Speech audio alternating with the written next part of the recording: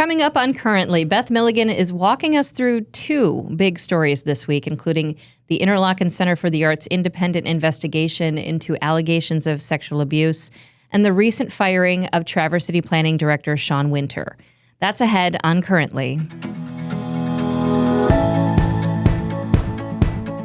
Welcome to Currently, where we discuss some of the top local stories directly from the journalists who are covering them, and I'm your host, Crystal Frost. This podcast was recorded on Thursday, July 30th. The Tigers are 51 and 58 in the AL Central. Meanwhile, your Traverse City Pit Spitters are 36 and 25, still clinging to first in the Great Lakes East. Support for Currently comes from West Shore Bank. When you choose West Shore Bank, you're not just choosing a bank. You're choosing a partner committed to the well-being of our community. Visit them on 8th Street today or at westshorebank.com. Beth Milligan here with your polka dots. With my polka dots, yes. You're looking very profesh today. The head writer of the Traverse City Ticker, the person who kind of is working all the time. There was an incident last night that you were covering in real time. Yes. From your home. Yeah. Yes, which happens quite a bit. Yeah. Yes, that was just, I think folks may have heard about that. That was an incident in which there was a big police presence around the M72, M22 roundabout near Tom's West Bay. Mm-hmm. So a lot of people saw all the police cars there, were wondering what was going on. There was a Traverse City man who was arrested. He had been firing shots in his apartment in an apartment complex right next to Tom's. Mm-hmm. He was arrested without incident. The building was evacuated. No one was hurt, thankfully, in the incident. And he is now facing several felony charges. Yeah. So that was what was happening in that situation. Yeah. Well, I mean, and here's the thing. That was at, 8:30, 9 o'clock at night. Yeah. Here you are covering it. So, I just want to say thank you to all the journalists out there. I was at a concert. I was seeing Jefferson Starship. Oh, wow. I know. So very different kind of night. It was very different. My husband and I were making jokes because it was Jefferson Starship. They did a great job. Atlanta Rhythm Section, and then also Firefall. Oh. And between the three bands, there were two individuals that were, founding members of the bands. So it kind of gives you an idea of how long these folks have been doing music when there's just a lot of people who are newbies and replacements, right? Yeah. Kind of a name only kind of thing. Yeah, it kind of was. But it was a lot of fun. And, sometimes you just got to get that 70s and 80s groove on, right? Yeah. We are going to start today with a very, very long, expansive, difficult to read report that you covered about sexual abuse and misconduct that occurred over decades at Interlochen Center for the Arts. And this is not necessarily a new story in that we were not aware that this investigation was occurring. You had reported previously that this was something that Interlochen was looking into and providing their own independent investigation after allegations of abuse had started to sort of ripple to the surface. Mm-hmm. But the report itself, I think 97 pages, really difficult to read. Mm-hmm. As a journalist, you had to read the entire thing and summarize it to the point where it made sense to people reading, like me. So tell us what happened in those findings. And I want to preface this by saying, although we're going to try our best not to use triggering language, this is, a report regarding sexual abuse. So if you need to take a break, if you need to come back and we'll talk about the next story, that's okay. Mm-hmm. We understand. Yes, for sure. So kind of how this started was someone reached out to Interlochen in 2024 to report on a past incident from decades prior of sexual abuse. And that led Interlochen to eventually hiring an outside firm to do a full investigation into other potential victims. So they retained an outside independent law office to conduct this investigation. This firm conducted 180 interviews documenting abuse between the 1950s and the 2010s. According to the report, there are 47 individuals associated with Interlochen during that time frame who are accused of engaging in sexual conduct with students, either at the academy or at the camp. During those decades, that was about 70 firsthand reports from alums on a wide range of behavior, of grooming behavior, everything up to sexual intercourse with students. In these findings. A lot of these incidents occurred in a variety of locations on and off campus, in faculty houses, in residence halls, in cars sometimes, traveling for school trips, so all kinds of locations. And also a wide range of types of adults in various roles at Interlochen. So not just faculty, although that is part of it, but residence life staff members, donors, trustees, visitors who were on campus. So quite a wide range. I think, the report is extremely detailed, and that is why it is difficult to read. The people who are accused of abuse in the report are not identified by name. They are called Respondent 1, Respondent 2, all the way up, through the 47. Jeffrey Epstein being the one exception in the report who is named, and that is, his connection to Interlochen has been well documented. Interlochen has acknowledged it. He funded many scholarships at Interlochen. This law firm did talk to victims who said they had sexual, physical interactions with Epstein. Not typically on the Interlochen campus, although one did involve him brushing against a student in what she said was an inappropriate way. But often those relationships, and I use relationships in quotation marks here. Right. They're not consenting, they're children. But those interactions continued outside of Interlochen's campus so with maybe Epstein. There was some engagement on campus, but not necessarily to the point of assault. Right. And so, again, except for the one interaction that was described. But, he did provide scholarships for students. There was a named cabin for him, which was later renamed in 2009. So Interlochen did change that quite a long time ago. And then that cabin was actually demolished last month. For the other 47 people in the report who are accused of abuse, 17 of them are deceased. So that leaves 30 who are still living. The investigators did reach out to people who were accused of the abuse. Only a small handful agreed to be interviewed for their investigation. So that is described in there.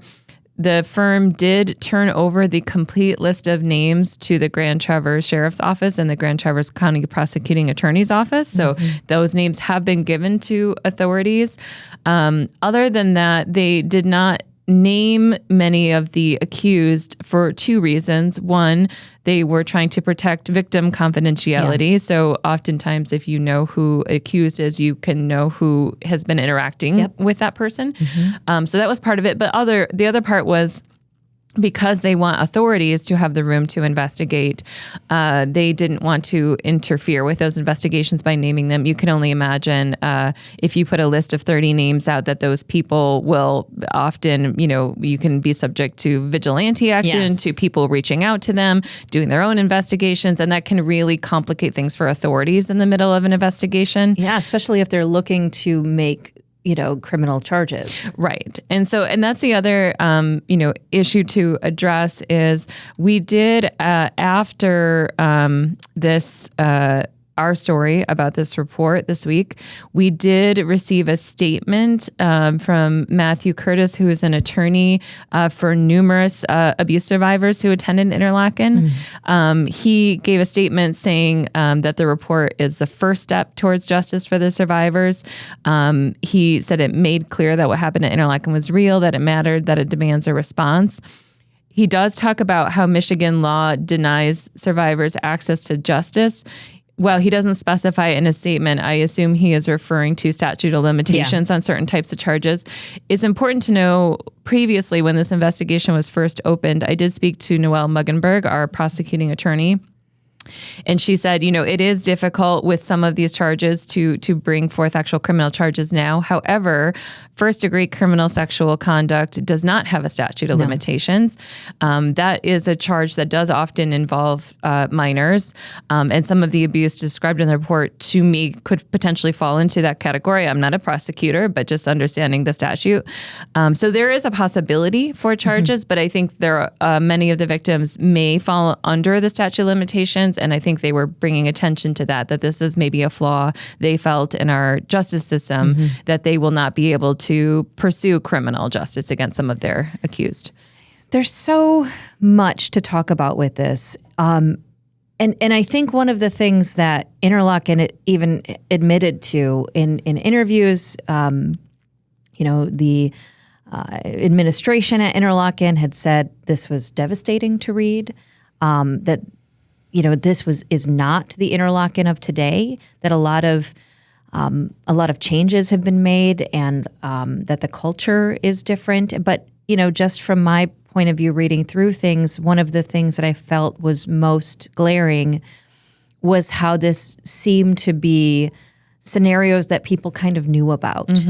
That there would be certain faculty or staff or donors or, whomever, that people would say, well, they would get inappropriate, or that was just sort of what we expected from these folks. And that really does show, just sort of a culture of allowing this kind of behavior, not only to continue, but almost to foster it.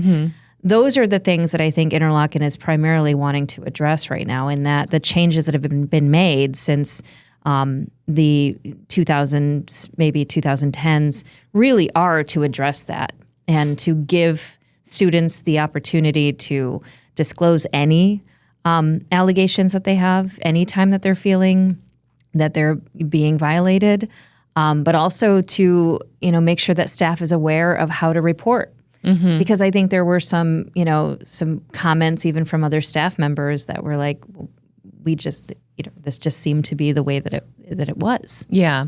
I think, it's fair to point out that the majority of the incidents did occur before 2010. Yes. Even before 2000. So really in the last 25 years, there are very few incidents reported.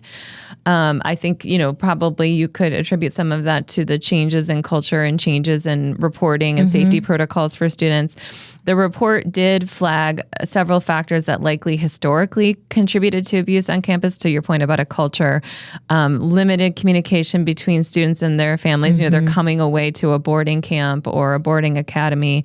They're often, especially think of prior decades before the era of cell phones or email, they're really isolated. They're out in the woods there. They're not talking to their families often. Certain students were more vulnerable than others, either due to their age or their sexual identity. I think it was interesting that some victims spoke about sort of the freedom that they experienced at Interlochen as queer students, but also maybe some of the vulnerability that brought out in the abuse. Just the overall power dynamics between adults and students, where students were often treated like adults, which, I've spoken to alums of Interlochen who said some of these things were what made Interlochen special, that they felt mature, they felt independent, they had freedom, they were treated seriously for their art, their performing art, and it made them feel adult-like. But there's always, and I know you know this in your experience in training, that there's a danger also in an environment where children are treated like an adult. Absolutely. It's easier to sexualize them and for this kind of abuse to happen. And generally just described, gaps in oversight in a permissive environment, barriers to reporting, things that you had described too about the culture there. I think Interlochen has, and I think the lack of cases in recent years has pointed to significant cultural change at Interlochen. They have, they chose to voluntarily release this full report. They chose to voluntarily hire the outside law firm to investigate not just the one claim, but any potential claims, and opened themselves and have been participatory in that process. So I think there's things to commend there, but it is obviously a very devastating report about decades and decades of, potential abuse on campus there, described by, again, 70 people. Some of the early comments that I've seen from others on this story, maybe other alums that say, well, nobody ever reached out to me. This is continuing.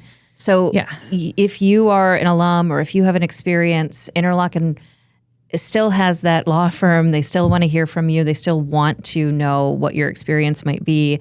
This wasn't a situation where people were picking and choosing. It was if they had information about alums, they were reaching out to them. They wanted to know their stories.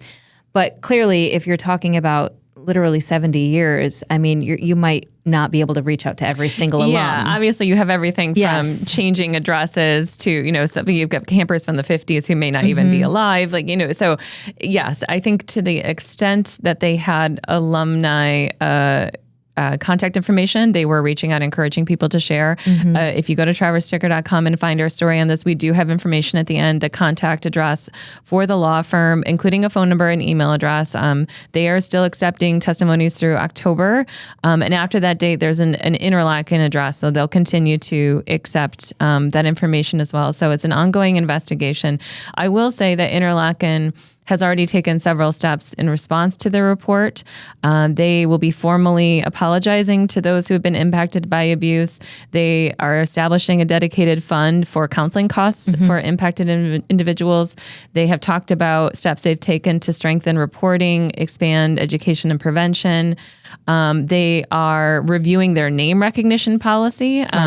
Outside of Epstein, there were a handful of individuals who were named voluntarily by Interlochen, not in the report, but Interlochen made the decision to identify them because they are dead and because there were multiple victims corroborating what happened.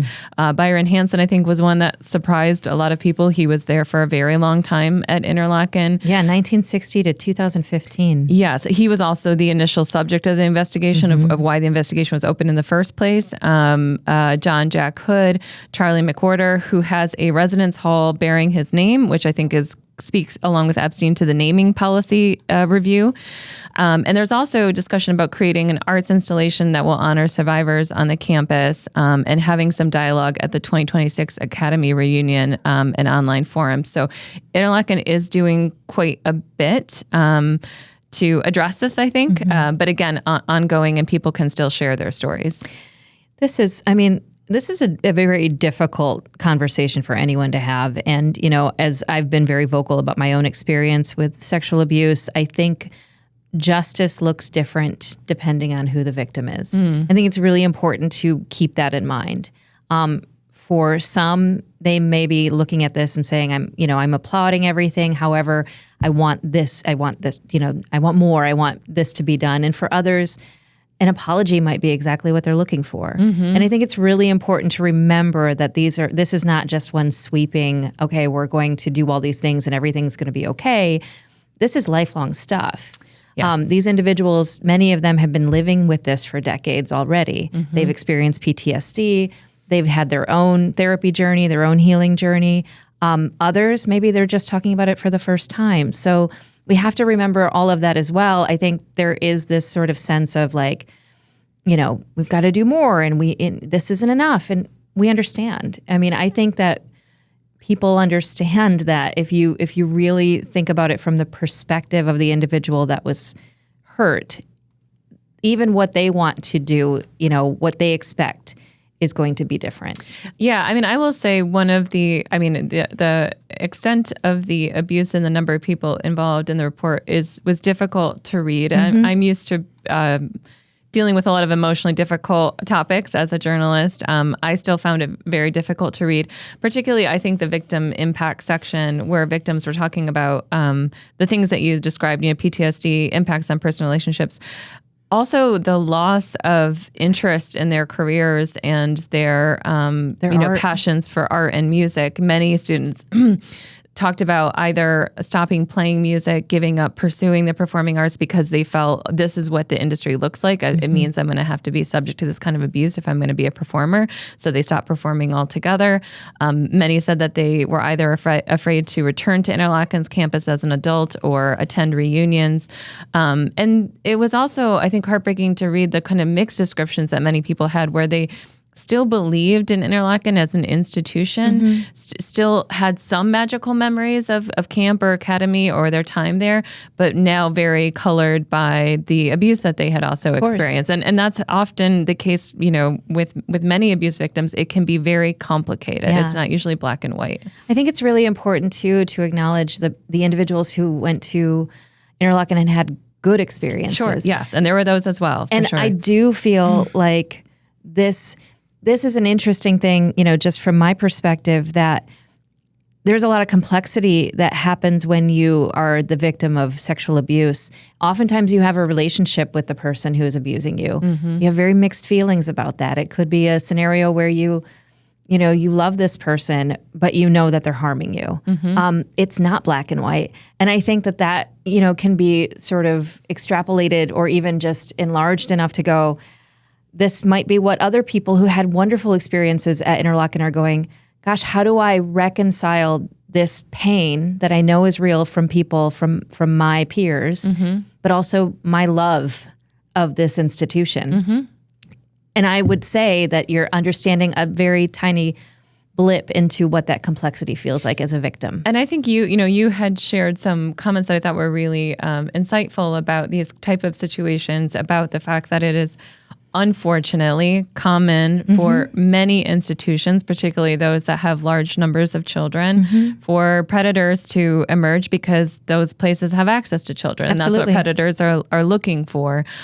So certainly you want to see any institution doing their very best with whatever kind of protocols they have, from having multiple adults always present, limiting personal alone time with children, background checks, all of these things, which Interlochen implements today. Yes. But it does speak to some wider spread issues, not outside of just Interlochen, in our culture in general, of how predators operate. Just in our culture in general. And yeah, that was one thing that I felt very compelled to say publicly on the Traverse City Ticker's Facebook post, in that, there is a common thread in 99.9% of child sexual abuse cases. It's not a profession or a background or a personality. It's access. It's people who intend to harm children having access to children. And that doesn't mean that we're just going to burn everything to the ground. Any arts organization, sports, churches, camps, families, community groups. You have to live within these systems. You have to practice being vigilant. Yeah. It's not about being fearful, but it's about asking these questions. Why do you want to have access to my child? What are you doing to protect my child? These are all really important questions to ask. And I have always told this to parents for as long as I can remember. I think it's important to question anyone who wants to spend more time with your child than you do. I think that is a really important thing to ask, because you can start to see grooming behaviors very early. So, yes, mandatory reporting, yes to adult policies, getting back to the basics of believing victims, believing children, taking these concerns very seriously, and policing each other. If you see someone who is engaging one-on-one with a child, calling it out. Then sometimes, most of the time I would say it's going to go, oh, I didn't even realize that. Let me change the way I do something. But those are things that we can all do to keep kids safe and to practice being vigilant, I think. But as you said, this happened at Interlochen. This has happened in other school systems. This has happened in other organizations. Unfortunately, if you are someone who intends to harm a child, you're going to go to places that are that cater to children. It is what it is. So an ongoing story we'll continue to keep an eye on. And thank you so much for that. You can find out more at traverseticker.com. When we come back, we have another big breaking story to report. But first, a quick word for our lead supporter, West Shore Bank. Let me ask you something. When was the last time your checking account surprised you in a good way? Most checking accounts just kind of exist, right? They hold your money, they judge your impulse purchases. That's about it. West Shore Bank thinks your checking account should pull a little more of its weight. Their Shoreline High Yield Checking gives you the opportunity to earn more on the money that you're already using every day. Or if you're spending money anyway, and let's be honest, groceries aren't getting any cheaper, their Shoreline Cashback Checking lets you earn cash back on everyday debit card purchases. Both accounts come with convenient digital banking, easy access to your money, and the kind of personal service that only comes from a community bank, one that's been serving Northern Michigan for generations. So if your checking account has been doing the bare minimum, maybe it's time for an upgrade. Stop by your local West Shore Bank branch or visit westshorebank.com to learn more. West Shore Bank, community banking with modern solutions. Terms, conditions, and qualifications apply. Third-party data rates may apply. Member FDIC, equal housing lender. All right, coming back, we are going to talk about something that, quite frankly, was shocking to me. What happened with the recent firing of the Traverse City Planning Director? Yes. So Shawn Winter is the city planning director. It was up until Wednesday. He joined the city in 2021. He was, at the time, he joined the first new planner that the city had in over 3 decades. He has been on family medical leave the last couple of months and just returned to the city on Monday. And on Wednesday, he was notified that he had been fired. I did interview Shawn and spoke to him directly about what happened. He said, Shawn's is a position that reports to the city manager, Benjamin Marentet. So he's a direct report to Benjamin Marentet.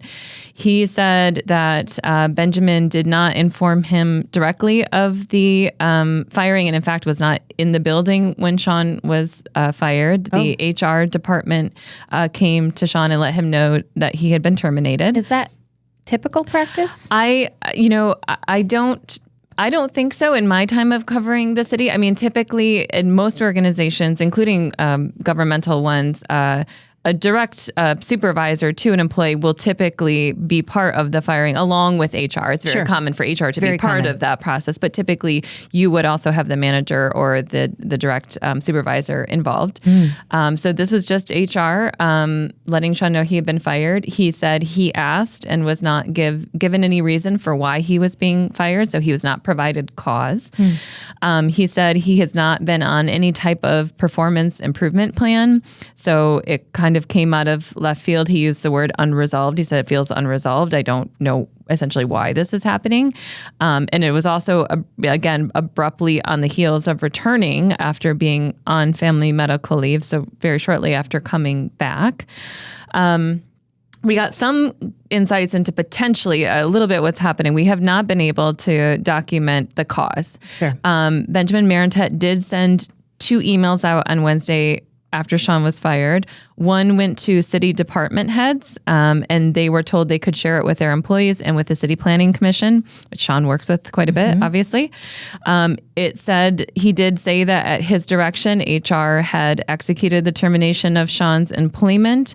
It was effective immediately. He said he was sharing this information with the department heads because of the level of Shawn's position. Essentially, the city planner is a very high-profile position. It said he was not authorized any longer to enter any non-public areas of city buildings, and then employees could not give him any such access. He also directed staff that if the media contacted them, they were not authorized to speak on behalf of the city. That email was also forwarded to the Planning Commission, which I think caused some consternation because the Planning Commission, of course, is an independent appointed body who does have the right to speak on whatever they like to the media. So while Benjamin was addressing staff, it also, because it was forwarded to Planning Commission, I think caused some planning commissioners to have some backlash to that, to feeling like they were being controlled about what they could say. Benjamin also did send a separate email to city commissioners notifying them of Shawn's firing. It was very similar language. He did have a couple of things that were different in that. He did say that he had consulted with Labor Council before making the decision. He also asked, he said if he was contacted by the media, that he would only confirm the termination, that he would not comment any further regarding his decision. Now, as of we're recording Thursday afternoon right now, I have not yet spoken to Benjamin. I still hope to do so today before the story runs tomorrow, Friday, when this episode is coming out. So it's possible we'll have comment from him in the story. But he has so far said he doesn't plan to comment further. And put that in a memo. So we'll see if he says anything. He will likely, potentially default to the fact that this is a personnel issue, which is sometimes the position taken when it's a sensitive firing.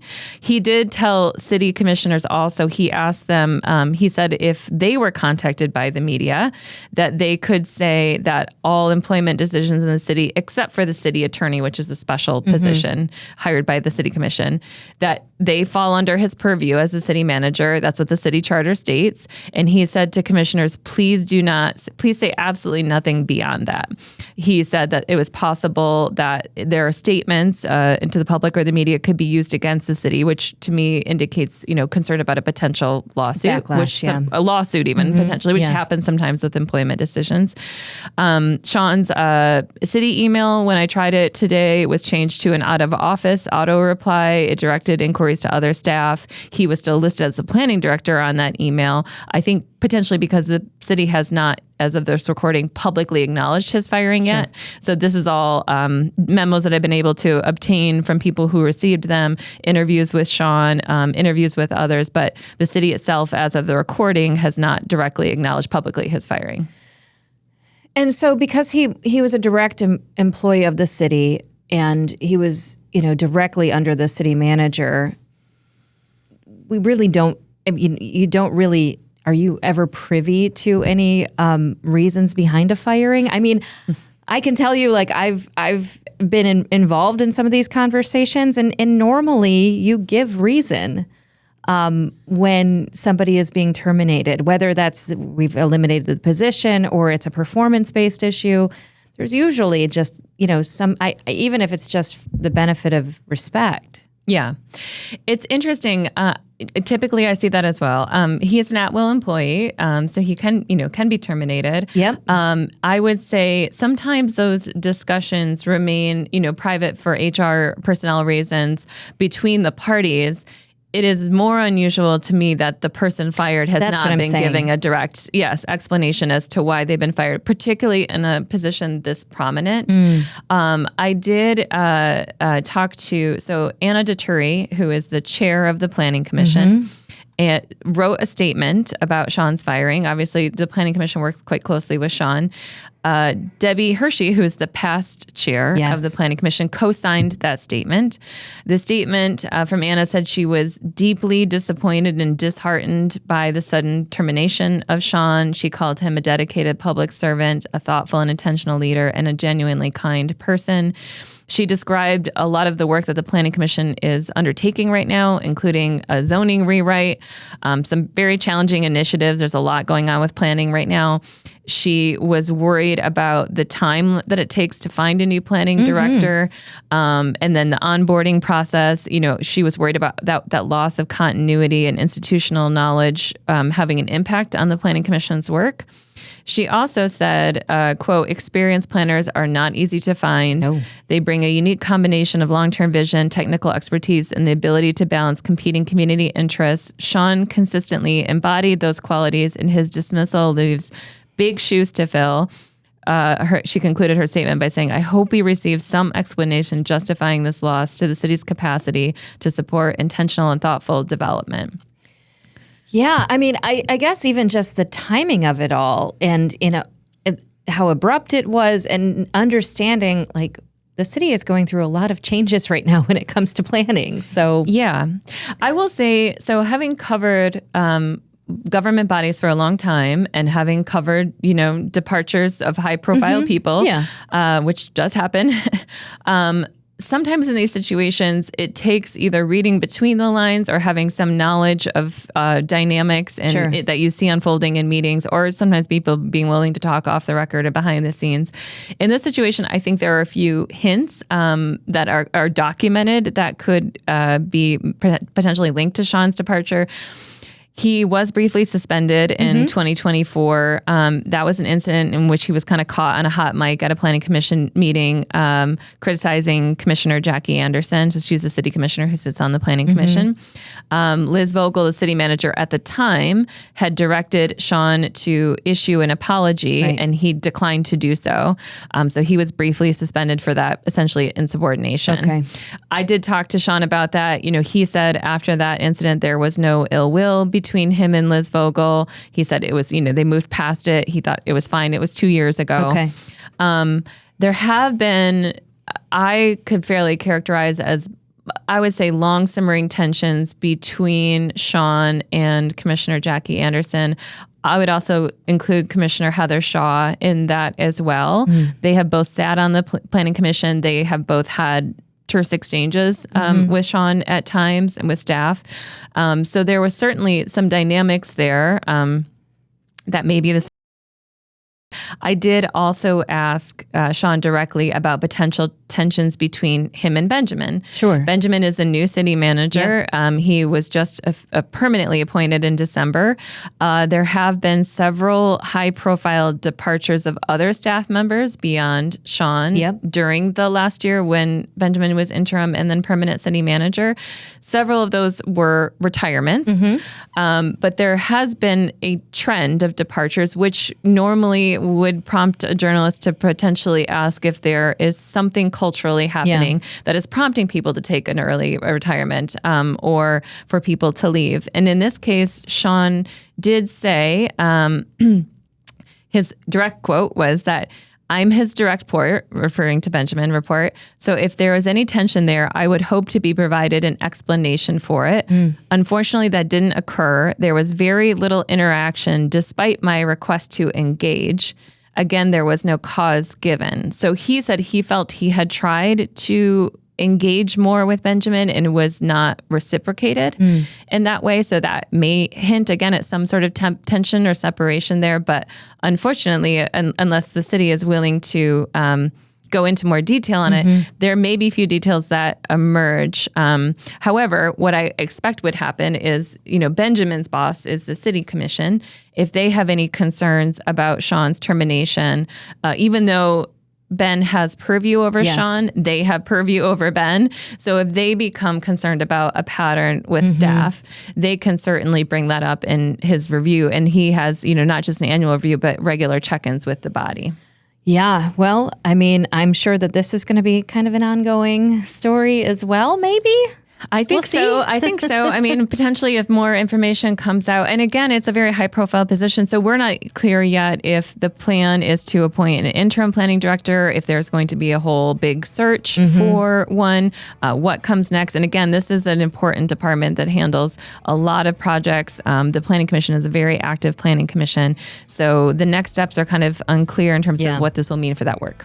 Well, great reporting as always. And again, if you want to read that story, traversticker.com. Before we go, we like to talk about what we're excited about this week, what we're looking forward to, maybe do a couple of little plugs for things.